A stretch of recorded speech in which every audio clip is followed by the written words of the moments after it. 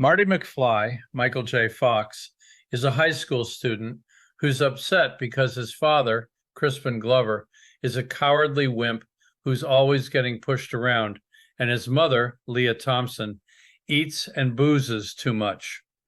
He accidentally travels 30 years into the past. He's shocked to discover his father was a cowardly wimp as a teenager and that his mother was sexually aggressive. Apparently, living with his father has drained the sexuality out of her. Marty must figure out a way to get Glover and Thompson together on the night of the big dance, or they won't marry and he will never exist. It's a difficult task because Thompson pays no attention to Glover and gets the hots for the young stranger who has come to town. He tries to figure out how to transfer her love from him to Glover.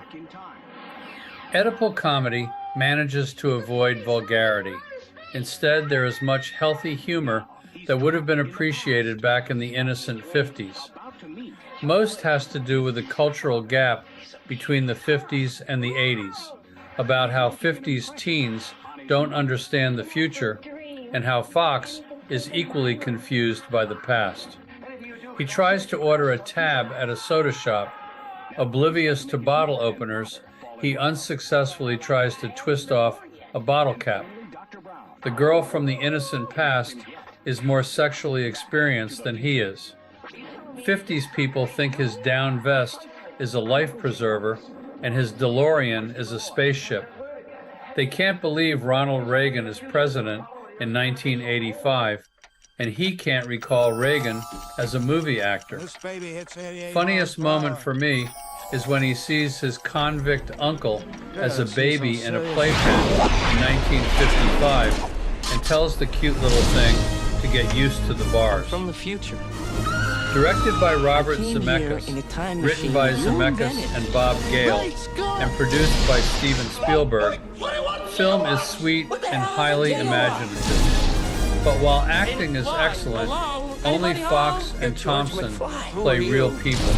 The rest are caricatures, mere pawns for the filmmaker's gags. Glover is the definitive nerd, and Christopher Lloyd makes all previous wild-eyed, wild-haired wacko scientists look second-rate. But their presence should be balanced with flesh and blood characters. I'm also uneasy about the end. First of all, instead of returning to the future, I prefer sticking around in the much more lively, inviting past to watch the revolution in television, rock and roll, etc., and see how Thompson and Glover progress. Secondly, I'm a little uneasy seeing the present so altered by Marty's trip to the past. Even if his mother and father are a happy, healthy, loving couple, there's something wrong with changing parents at the end into two different people. No wonder Marty takes off at the end. A crowd pleaser, but I wish the scenes in the present were more satisfying.